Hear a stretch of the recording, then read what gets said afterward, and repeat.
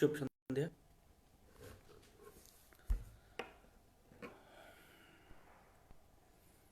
आठ बज चुके हैं।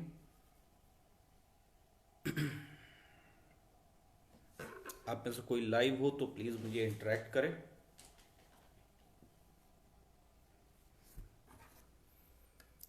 ओके, मेरी वॉइस आपको मिल रही है?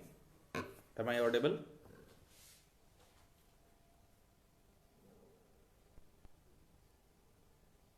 जमशेद, मेरी वॉइस आपको मिल रही है? Am I audible? Okay okay, thank you. तो आज आपके साथ सेक्शन 511 धारा 511 जो आपराधिक प्रयत्नों के बारे में बात करता है।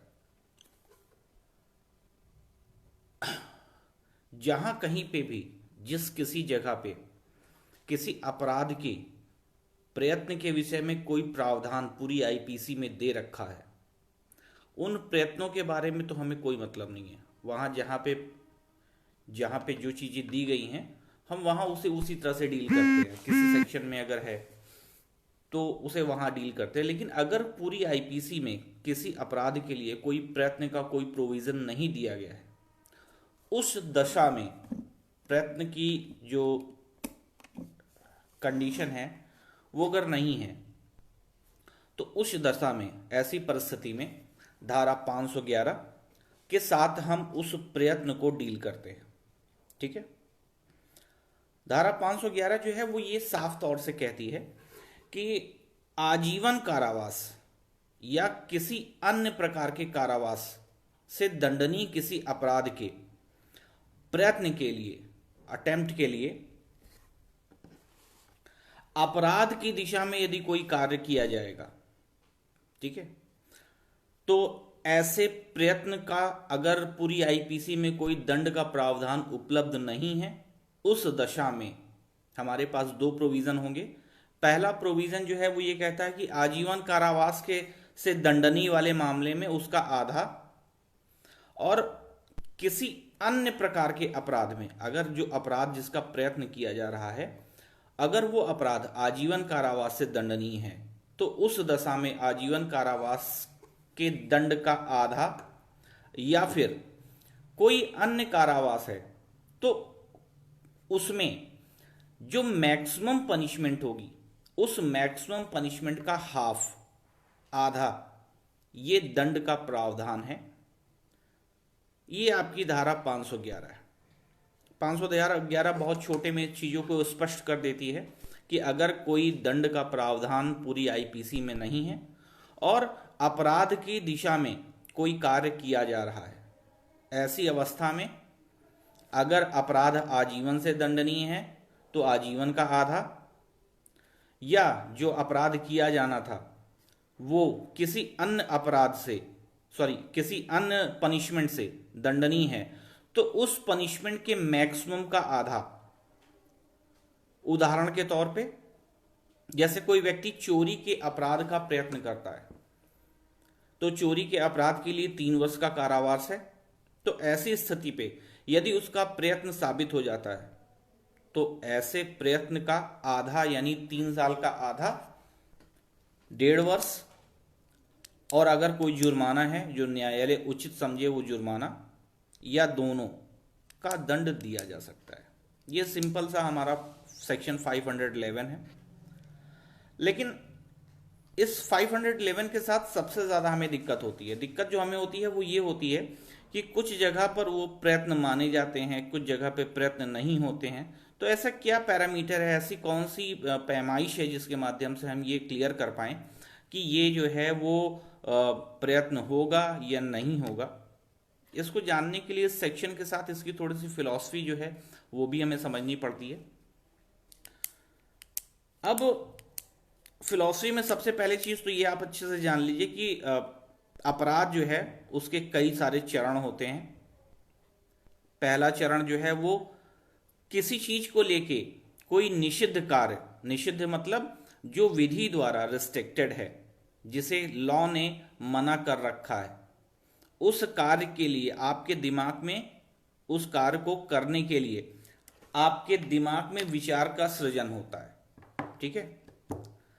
फिर विचार के सृजन के बाद अगला चरण, अगला स्टेज जो होता है वो आप उसके बारे में, उस कार्य को करने के बारे में, या तो आपके मन में विचार आ गया, आप जानकारी एकत्र करते हैं, आज आप विचार विमर्श करते हैं कि हाँ अगर ऐसा करेंगे तो क्या होगा, ऐसी कंडीशन में क्या होगा, ठीक है, आप विचार विमर्श करते हैं। तो ये दो वजह हैं, ये दो चीजें हैं जिसको हम सबसे पहले अपराध करने के लिए, हमें कोई, मान लीजिए मुझे कोई ऑफेंस करना है तो मैं क्या करूंगा, सबसे पहले तो अपने मन में विचार बनाऊंगा, विचार बनाने के बाद फिर उसको देखूंगा, क्रॉस चेक करूंगा कि हाँ इसमें ये करेंगे तो क्या हो जाएगा, वैसा करेंगे तो क्या होगा। ऐसी चीजों को हम पता करते हैं, अपने मन में उसको सोचते हैं, ठीक। ये दो चरण जो हैं ये किसी अपराध के सबसे पहले चरण है। इसके बाद इसका नेक्स्ट स्टेज जो होता है वो मनस्थिति, मेंसेरिया, मन में ऐसी चीज को क्रिएट करना, ठीक, आपराधिक मनस्थिति। फिर चौथी जो है वो हमारी है तैयारी, उस अपराध के लिए जो हम तैयारी करते हैं वो चौथी स्थिति। पांचवी प्रयत्न, और छठी उस अपराध को अपने अंतिम गंतव्य तक यानी अपराध को पूरा करना। तो कुल मिलाकर ये 6 चरण, 6 स्टेजेस ऑफ एनी ऑफेंस, किसी भी अपराध के लिए 6 चरण जो हैं वो होते हैं। इसमें से पहले 2 चरण यानी क्या, मन में विचार लाना, सोचना, और उसके बाद दूसरी स्टेज जो है हम उसके बारे में थोड़ी सी अपनी जानकारी को बढ़ाते हैं। ये दोनों चरण जो हैं वो मोरली रॉन्ग तो हो सकते हैं, नैतिकता के आधार पे ये गलत तो हो सकते हैं, लेकिन अपराध के मामले में ये दंडनीय नहीं हो सकते। तो इनको हम हटा देते हैं और किसी अपराध के लिए केवल और केवल 4 चरणों को हम ध्यान में रखते हैं। वो 4 चरण है, पहला मनस्थिति, दूसरा तैयारी, तीसरा प्रयत्न, और चौथा जो है वो अपराध की पूर्णता। अब जब बात आती है अपराध की पूर्णता, नीचे से शुरू करते हैं। अगर कोई अपराध पूरा हो जाता है तो बहुत सारे आईपीसी में सेक्शन दे रखे हैं, अपराध हो जाने पे हमें क्या दंड मिलेगा उसका प्रावधान है, ठीक है। उससे पहले का जो चरण है, उसके पहले की जो स्टेज है वो हमारी प्रयत्न की है। प्रयत्न को हम 511 में पढ़ रहे हैं। और उससे पहले की जो स्टेज है तैयारी, तो तैयारी कुछ ही अपराध में दंडनीय होती है, जैसे डकैती की तैयारी करना वगैरह वगैरह, अभी आगे इसके बारे में और डिटेल करते हैं, ठीक है। और मनस्थिति, मनस्थिति जो है वो किसी व्यक्ति के मन में कैसी भावनाएं हैं, कैसे विचार हैं, इसे कोई भी व्यक्ति कभी अनुमान नहीं लगा सकता। तो ये 6 चरण में पहले 2 चरण जो थे वो तो मोरली रॉन्ग हो गए, उनको आप हटा दीजिए। बचे आपके पास 4 स्टेजेस। 4 में पहला स्टेज जो है आपका जो दुराशय है, मेंसेरिया है, ठीक है, उसको किसी व्यक्ति के मन में क्या आशय है इस बात का ज्ञान लगा पाना बहुत ही मुश्किल कार्य होता है। तो केवल किसी अपराध को करने का दुराशय, उसकी मेंसेरिया, उसका ऐसा इंटेंशन अगर आप अपने मन में रखते हैं तो ये दंड विधि में दंडित किया ही नहीं जा सकता, इसलिए इसे इस कैटेगरी से बाहर कर दिया जाता है। उसके बाद जो अगला स्टेज है, अगला स्टेज तैयारी का है।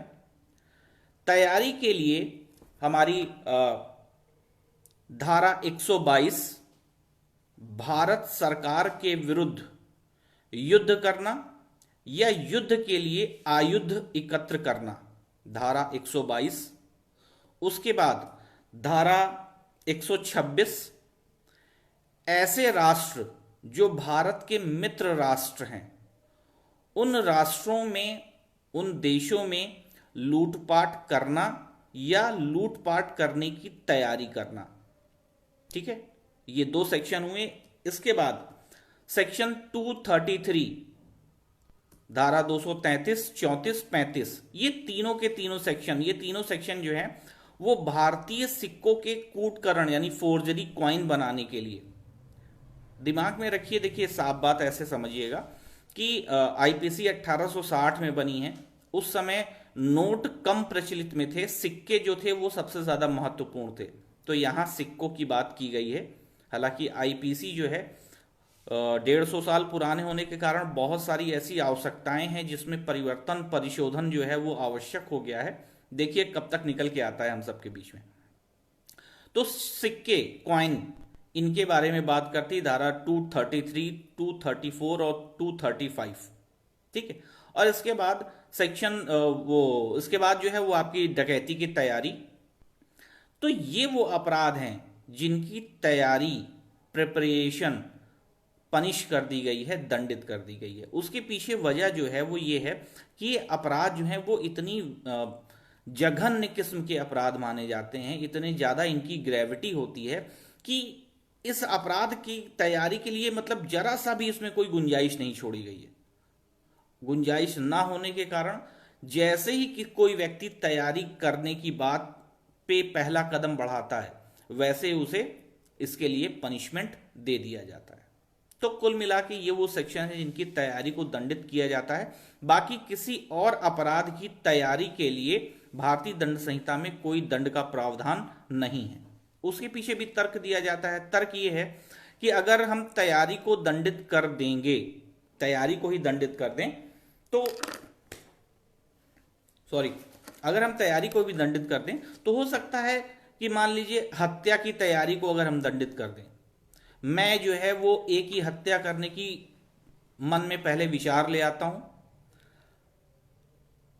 दुराशय मेरे मन में क्रिएट होता है, मैलाफाइड इंटेंशन क्रिएट होता है। उसके बाद मैं तैयारी करता हूं, तैयारी करने में मैं एक चाकू बाजार से खरीद के लाता हूं, ठीक। और चाकू खरीदने के बाद, चाकू जैसे ही मैंने खरीद लिया, ये तैयारी कंप्लीट हो गई।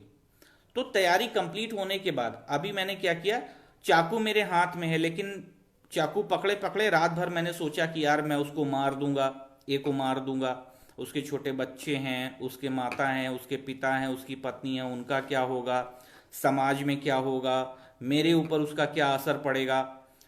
तो ये सारी चीजें सोच के हो सकता है कि मैं अपनी तैयारी के करने के बाद भी अपने विचारों में परिवर्तन कर दूं और अपराध की दिशा में आगे ना बढ़ूं। तो तैयारी इन 5-6 सेक्शन को छोड़ के बाकी सारे सेक्शन में तैयारी को दंडनीय इसी वजह से नहीं बनाया गया है ताकि व्यक्ति के विचार अगर दूषित हो गए हैं, तैयारी करने के बाद भी उसके दिमाग में पश्चाताप आ जाता है, उसे अपने कार्यों के बारे में विचार विमर्श करने के बाद लगता है कि नहीं ये नहीं करना चाहिए, तो अपनी तैयारी से वो वापस हो सकता है। इस वजह से तैयारी को पनिश नहीं किया गया है। देखिए, एक तो तैयारी जो होती है उसमें कोई हानि नहीं होती है। अभी मैं चाकू खरीद के ले आया हूं तो उसमें किसी की हानि नहीं हुई है। पहली वजह हो सकता है चाकू मैं खरीद के मारने के लिए, एक की हत्या करने के लिए ही ले आया हूं, लेकिन अभी फिर मैंने उस चाकू को रख दिया, उससे मैं अब आलू सब्जी काटता हूं, तो यहां किसी व्यक्ति को कोई हानि नहीं हुई तैयारी के कारण। फिर दूसरी स्थिति यह है कि तैयारी को दोषपूर्ण साबित कर पाना बड़ा मुश्किल काम होगा। मैं चाकू खरीद के लाया, मेरे मन में बैड इंटेंशन है, लेकिन उसके बाद भी ये साबित करना मुश्किल काम होगा कि ये चाकू मैं एक ही हत्या करने के लिए ही लेके आया हूं। तो तैयारी को साबित कर पाना न्यायालय में, कोर्ट में, ये एक दुष्कर कार्य होगा। इस वजह से भी तैयारी को दंडनीय नहीं किया गया है। फिर तीसरी वजह है कि अगर तैयारी को दंडनीय कर दिया जाएगा तो अपराधों में लगातार वृद्धि होगी। मैं चाकू खरीद के ले आया, मैंने तैयारी कर ली, उतने में ही पुलिस ने मुझे पकड़ लिया और मुझे पनिश कर दिया, तो मेरे दिमाग में ये आएगा कि यार पुलिस ने पकड़ ही लिया, पनिशमेंट मुझे मिल ही गई, इससे अच्छा मैं एक को मार ही देता, कम से कम सुकून होता। तो इससे क्या होगा, अपराधों की संख्या में लगातार वृद्धि होगी अगर तैयारी को भी हम दंडनीय मान लेंगे।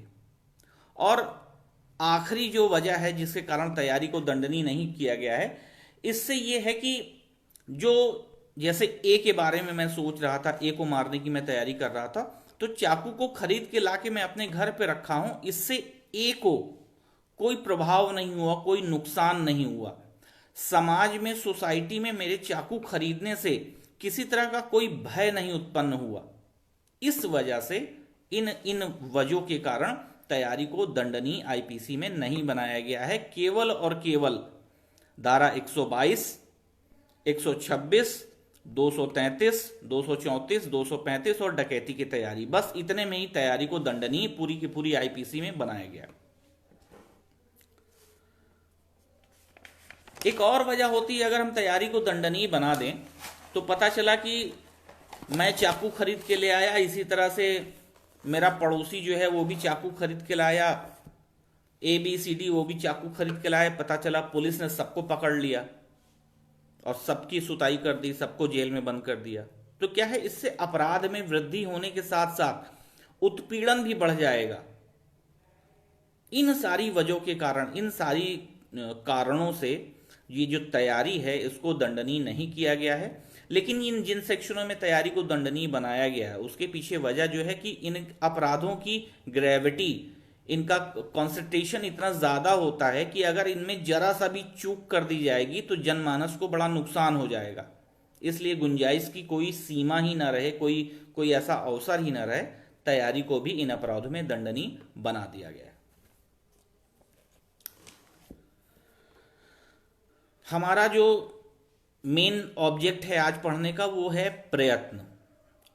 तो जैसे ही तैयारी का चरण समाप्त होता है और कोई कार्य शुरू होता है, तैयारी का चरण समाप्त, चाकू बाजार से मैं खरीद के ले आके मैंने अपने पास में अपने कब्जे में कर लिया, मेरी तैयारी पूरी हो गई।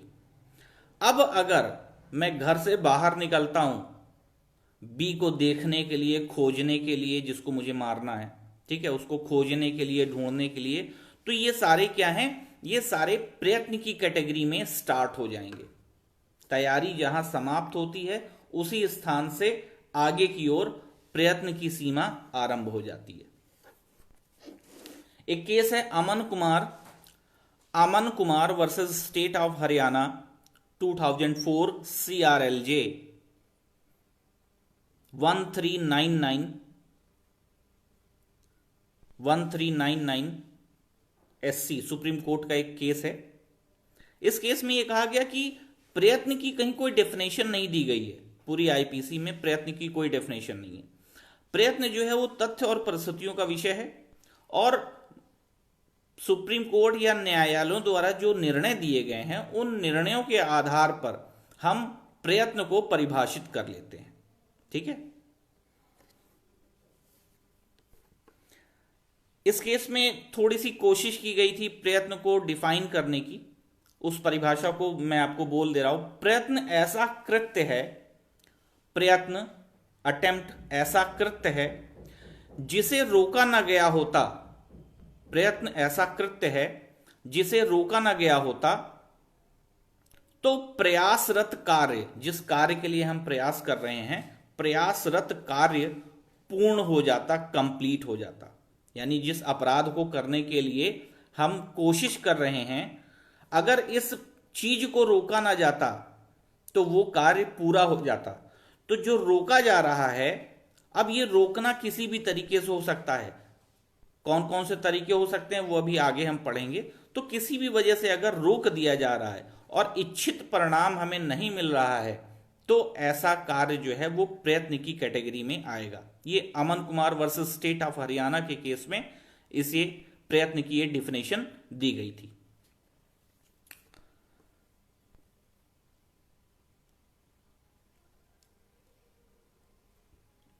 प्रयत्न को समझने के लिए हमारे पास बेसिकली 4 ऐसे रूल्स हैं जिनके माध्यम से हम प्रयत्न को बेहतर तरीके से समझ सकते हैं। जिसमें पहला रूल जो है, पहला सिद्धांत जो है वो सन्निकटता, प्रॉक्सिमिटी, रूल ऑफ प्रॉक्सिमिटी, सन्निकटता का सिद्धांत, ठीक है। पहला जो सिद्धांत है वो सन्निकटता का सिद्धांत, रूल ऑफ प्रॉक्सिमिटी। अब ये जो प्रॉक्सिमिटी का सिद्धांत है वो ये कहता है कि व्यक्ति ने अपनी तरफ से कार्य तो कर दिया लेकिन कौशल ना होने के कारण, ठीक है, कौशल ना होने के कारण या किसी अन्य प्रभाव के कारण से अभियुक्त जो परिणाम चाह रहा था वो परिणाम उसे प्राप्त नहीं हो सका। उदाहरण के लिए ये मान लीजिए कि ए ने जेड पर बंदूक तानी और गोली चला दी। ए ने बी की तरफ बंदूक तानी और गोली चला दी, लेकिन निशाना चूक जाने के कारण गोली बी को नहीं लगी। यहां पर ए द्वारा जो कार्य किया गया है वो हत्या के प्रयत्न का कार्य किया गया है। क्यों? क्योंकि अगर चूक नहीं होती, चूक किस चीज की है? निशाने की। निशाना कैसे होता है? कौशल के कारण है। ठीक है, तो व्यक्ति का कौशल, जो अपराधी अभियुक्त था उसका कौशल नहीं था उस कार्य को करने में, तो कौशल ना होने के कारण वो इच्छित परिणाम नहीं मिल पाया, जिसकी वजह से ये हत्या नहीं हो पाई। तो ये हत्या ना होके हत्या के प्रयत्न की कैटेगरी में फॉल करेगा।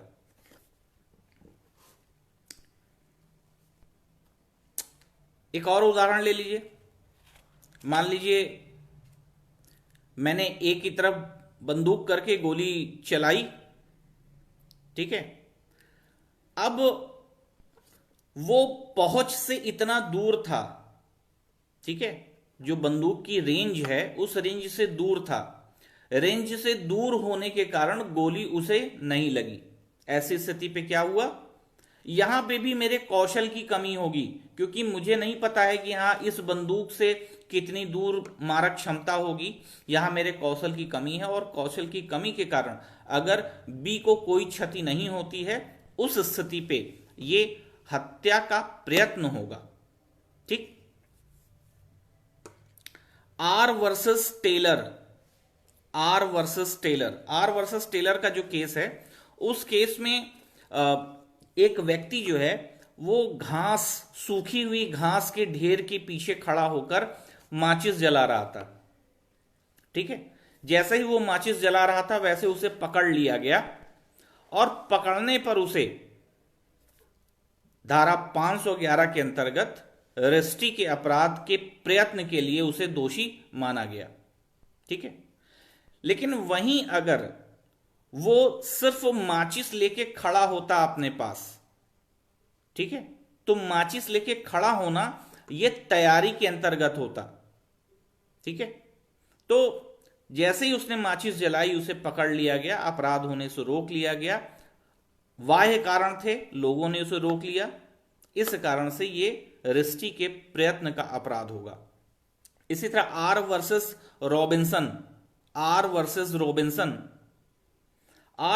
रॉबिन्सन का केस जो है, उसमें एक जौहरी था।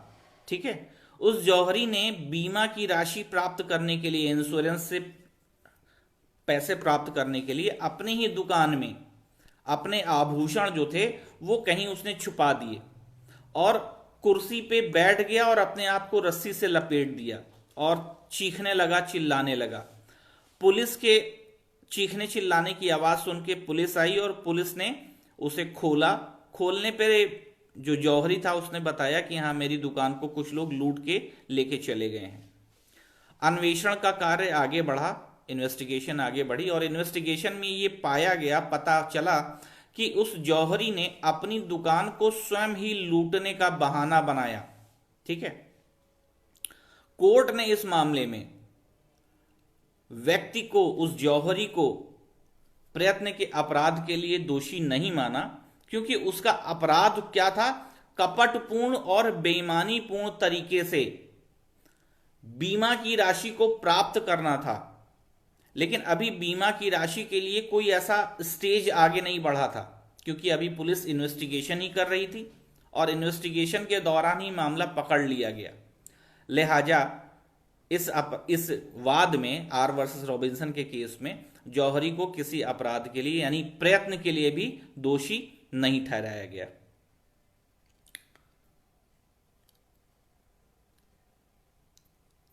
माना यह गया कि ये जो कार्य किया आर वर्सेस रॉबिन्सन ने, जौहरी ने, ये केवल अभी तैयारी थी, अभी ये प्रयत्न की कंडीशन में नहीं आया। ओके, इसके बाद जो हमारा दूसरा सिद्धांत है वो रूल ऑफ इम्पॉसिबिलिटी, असंभावता का सिद्धांत। रूल ऑफ इम्पॉसिबिलिटी, असंभाव्यता का सिद्धांत। इस सिद्धांत में अगर कार्य करना इतना असंभव हो जाए कि अपराध होता ही नहीं, तो ऐसी स्थिति पे असंभवता का सिद्धांत जो है वो लागू होगा। जैसे अगर ए जो है वो लकड़ी का एक ठूंठ है, लकड़ी का एक लट्ठा खड़ा है, उसे बी समझ के उस पे कुल्हाड़ी से वार करता है, तो ये कार्य अपने आप में इतना असंभव है कि बी या बी को दूर दूर तक कोई नुकसान नहीं पहुंचना है। तो इस प्रकार जो कार्य किया गया उस कार्य में प्रयत्न का अपराध नहीं होगा। ठीक है। Queen versus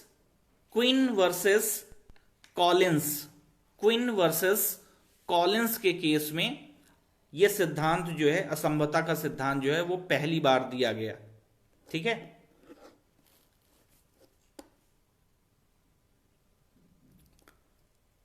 R versus ring, RING, R versus ring के केस में एक व्यक्ति जो है, एक महिला जो है वो अपने झोले में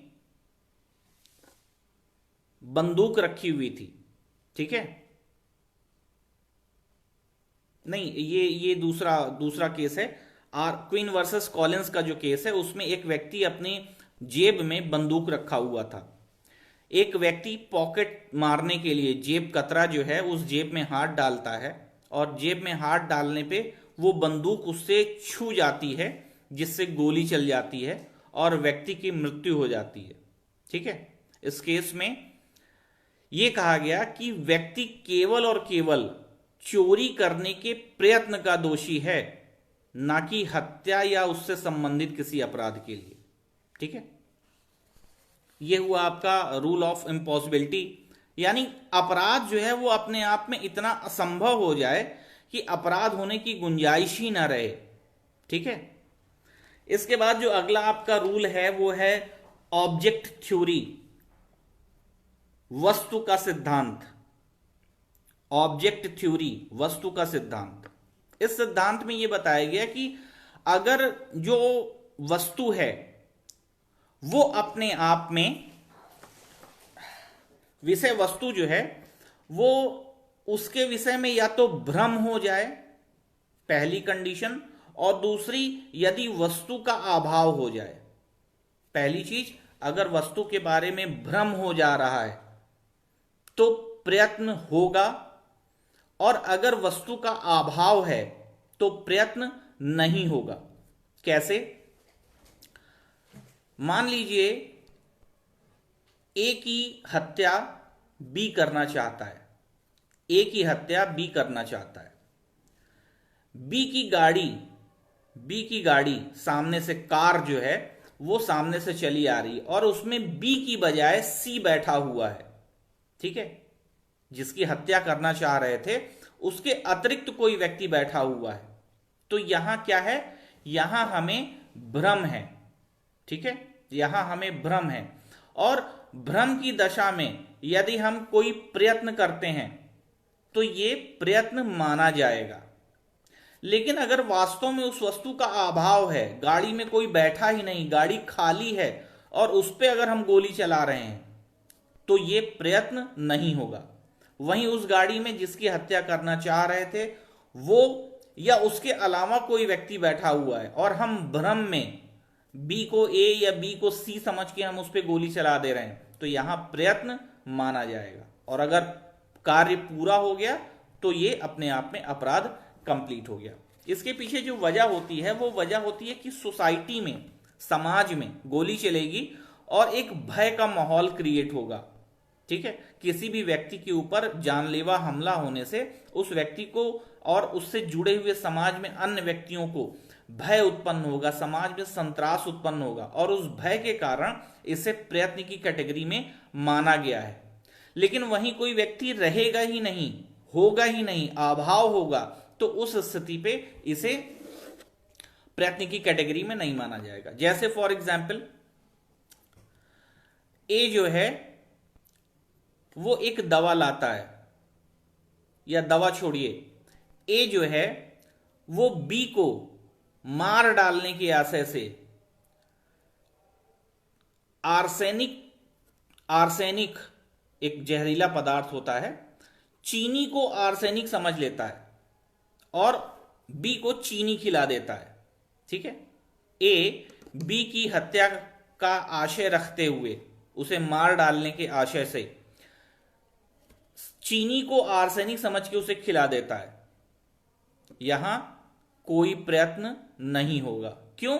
क्योंकि इससे समाज में, सोसाइटी में या उस व्यक्ति के अंदर कोई भय उत्पन्न नहीं हुआ। ठीक है, लेकिन वहीं अगर हम आर्सेनिक की इतनी कम मात्रा उसे खिलाते हैं कि उसके सेहत पे कोई फर्क ही नहीं पड़ता, थोड़ा सा लूज मोशन हुआ, वोमिटिंग हुई और उसको कोई जानलेवा दिक्कत नहीं हुई, तो यहां पर प्रयत्न की कैटेगरी फॉलो हो जाएगी।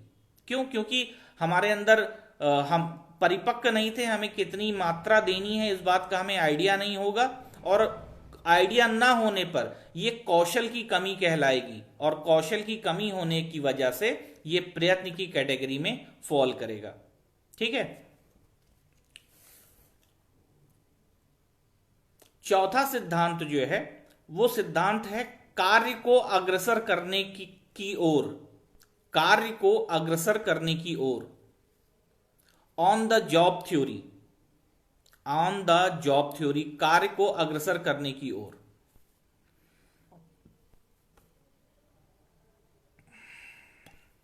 Are versus Osborne, R versus Osborne का केस जो है उससे हम इसे बहुत अच्छी तरीके से समझ सकते हैं।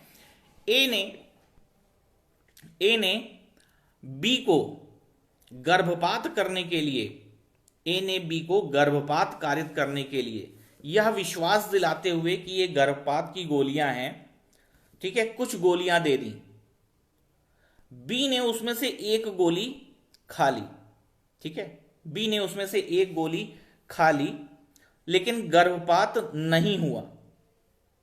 ठीक है, तो क्या है, जो कार्य हम करना चाह रहे थे, इंटेंशन क्या था, अबॉर्शन करना, गर्भपात कारित करना, और इस प्रक्रिया के लिए हमने दवाई उपलब्ध कर ली, अगले को दे दी, अगले ने खा भी लिया, तो क्या है, अपराध के कार्य की ओर हम धीरे धीरे करके अग्रसर हो रहे हैं।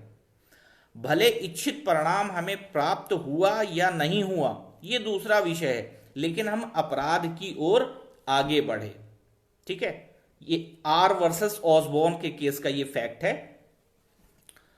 अब चूंकि हम कार्य की तरफ अग्रसर हुए, लेकिन जो परिणाम हम चाह रहे थे, जो इच्छित परिणाम हमारी इच्छा थी, गर्भपात, वो नहीं हुआ, तो गर्भपात नहीं होने की दशा में ये अपराध के, गर्भपात के अपराध के लिए प्रयत्न की कैटेगरी में नहीं आएगा।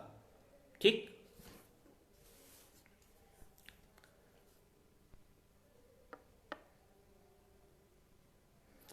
ए बी को मार डालने के आशय से, ए बी को मार डालने के आशय से उस पर एक बंदूक तानता है।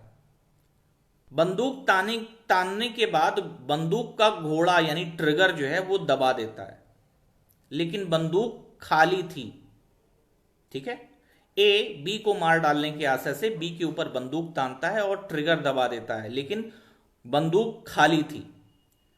इस कंडीशन में अगर ए को पता है कि बंदूक खाली है, अगर ए को पता है कि बंदूक खाली है, तो कोई अपराध नहीं होगा, कोई प्रयत्न नहीं होगा।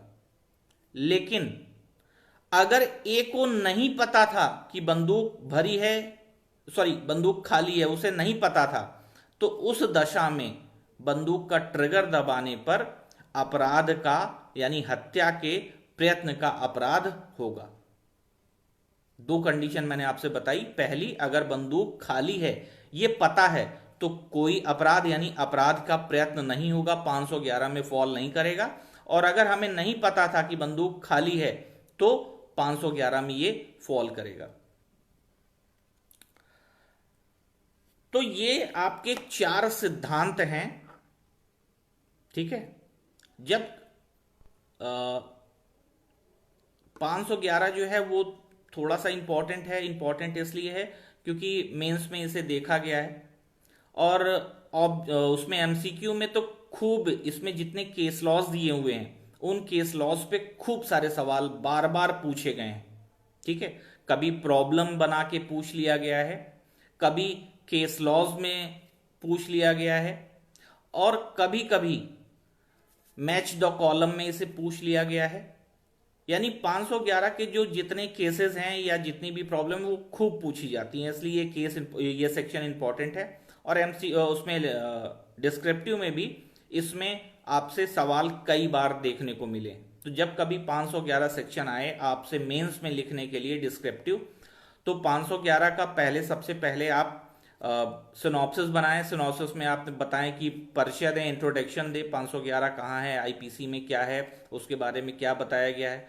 इंट्रोडक्शन देने के बाद इसमें क्या पनिशमेंट है, ठीक है। फिर अपराध के बारे में आप बताएं, अपराध के चारों चरण के बारे में बताएं, 4 नहीं तो 6 जो चरण हैं, स्टेजेस हैं, वो बताएं।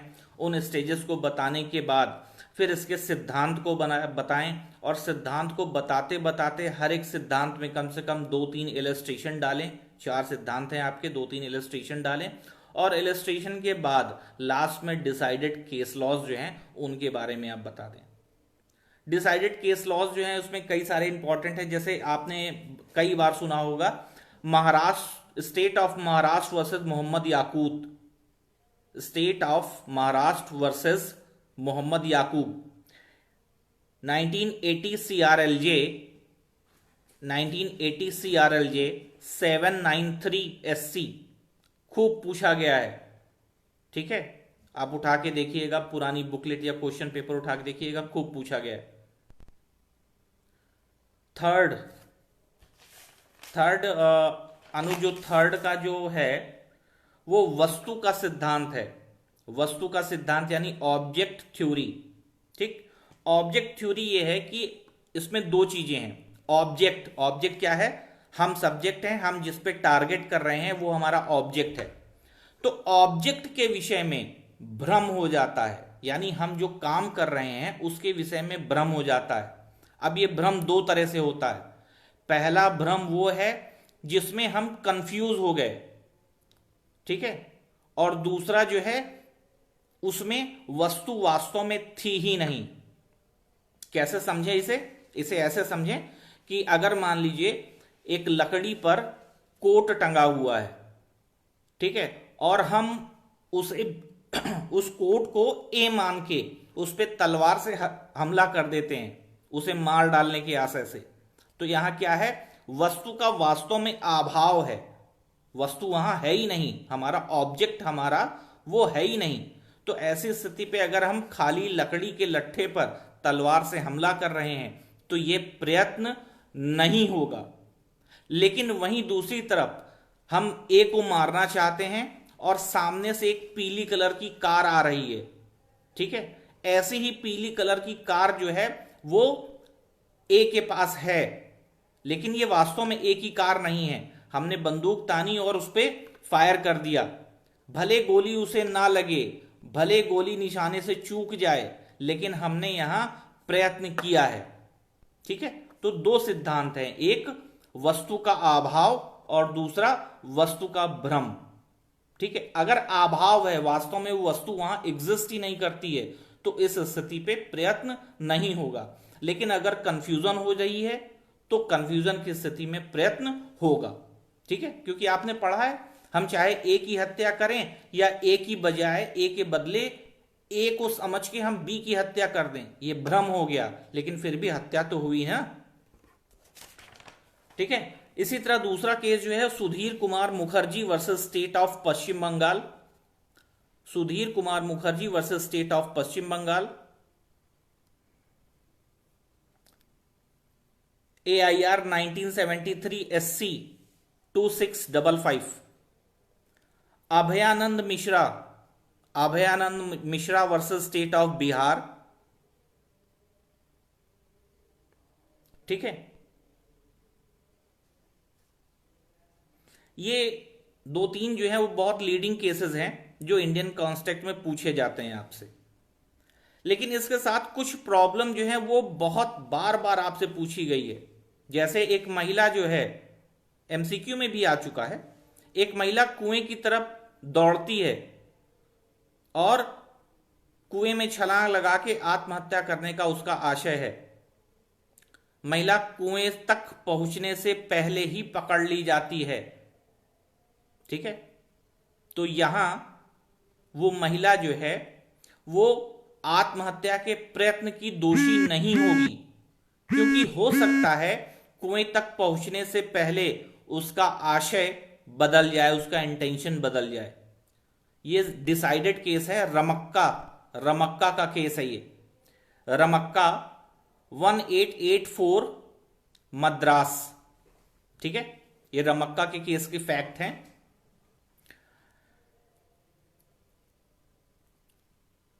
इसी तरह एक और प्रॉब्लम आपसे अक्सर पूछी जाती है कि एक गर्भवती महिला को विषैला पदार्थ खिलाया जाता है। ठीक, एक महिला को ये मान के कि वो गर्भवती है, उसे एक विषैला पदार्थ खिलाया जाता है जिससे उसका गर्भपात हो जाए, लेकिन वास्तव में वो महिला गर्भवती थी ही नहीं। ठीक है, ये क्या है? ये फैक्ट का भ्रम है। अभी आपने वस्तु का सिद्धांत पढ़ा है ना, तो ये फैक्ट का भ्रम है, और भ्रम होने के कारण आपने उसे विषैला पदार्थ दिया, दैट मीन्स आपने प्रयत्न किया है। पत्र लिखने की जो मामले हैं वो भी काफी सारे आते हैं। मैंने आपको एक लेटर लिखा जिसमें मैं ये लिखा कि आपको लेटर लिखा कि आप बी की हत्या कर दो। ठीक है, ऐसा उकसाने वाला, एबेटमेंट वाला लेटर मैंने आपको लिखा। अगर वो लेटर मैंने जैसे ही डाक में डाल दिया, ठीक है, डाक में डालने के बाद वो आप तक अगर पहुंच गया तो प्रयत्न का अपराध हो गया। आपने उस लेटर को नहीं पढ़ा तो भी प्रयत्न का अपराध हो गया। लेकिन जैसे ही आपने अगर उस लेटर को पढ़ लिया तो क्या होगा? फिर ये अबेटमेंट का अपराध हो जाएगा, उधर फिर 107 में चला जाएगा। ठीक है, तो पढ़ने से पहले अबेटमेंट का अटेम्प्ट होगा और पढ़ने के बाद ये अबेटमेंट का अपराध हो जाएगा। ठीक है, तो इसमें से यही सारी चीजें जो बार बार पूछी जाती हैं वो मैंने आपके साथ डिस्कस कर ली। एक बार इसे लिख लीजिएगा, और अगर आपके पास किताब हो तो एक बार पढ़ लीजिएगा। ठीक है, 7355 7355 03 6615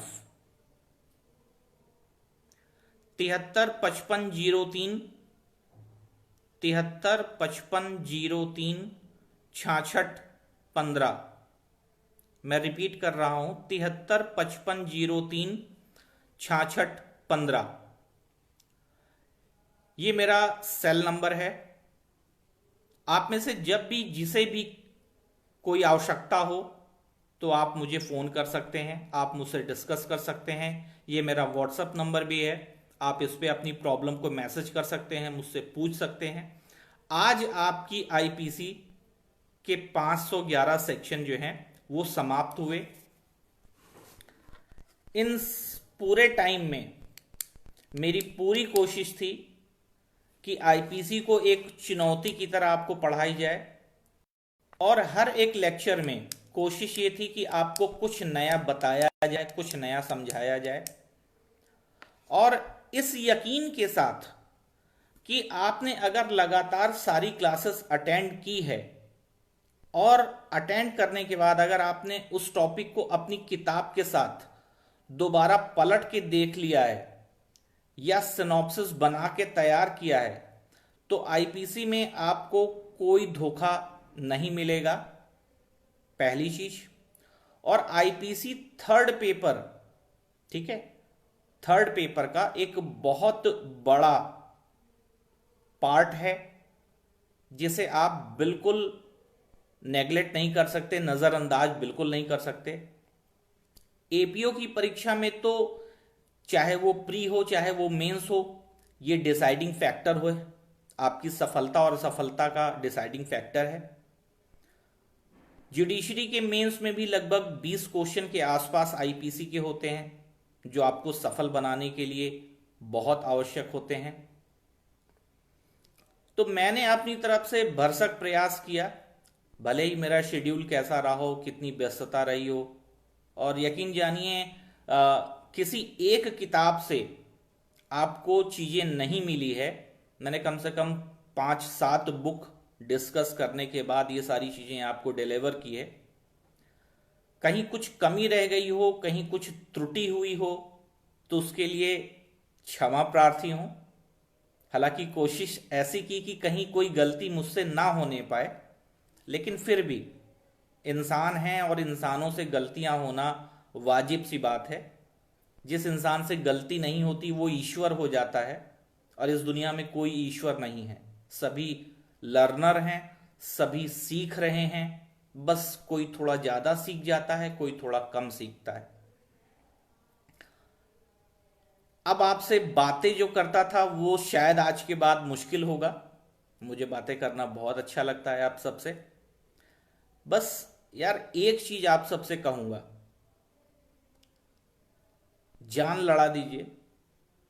परेशानियां सबके पास होती हैं, किसी के पास घर की प्रॉब्लम, किसी के साथ समाज की प्रॉब्लम, ठीक है, किसी के पास पैसों की दिक्कत।